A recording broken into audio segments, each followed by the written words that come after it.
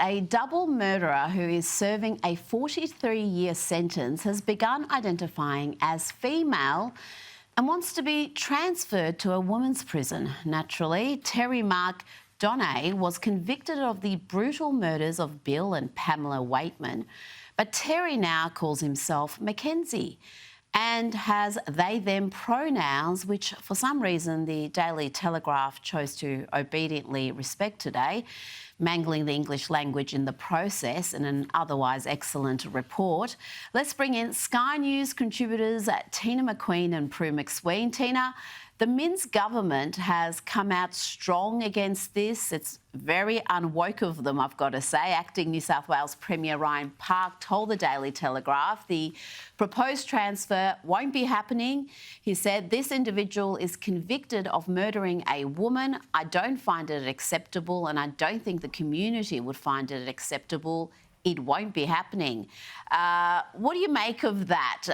Is that fair enough? Because the state does now have fairly so-called progressive laws where you can identify as another gender, you can change your documentation to reflect that even.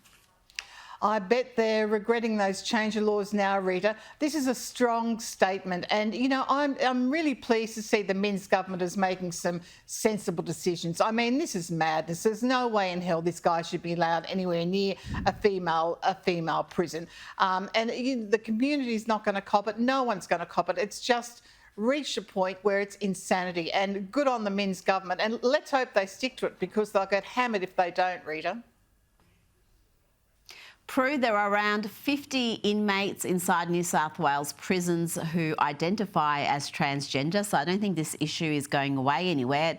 I can tell you right here in Melbourne, in our biggest female prison, we do have a male who identifies as female, who is a sexual predator housed with women, and those women, many of them are terrified. They've signed petitions to have him removed, and no one in this state is listening to them. So at least things are a little bit different in New South Wales at the moment, Prue.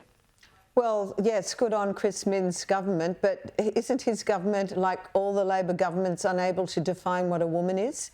So there's a bit of a conflict there, I have to say.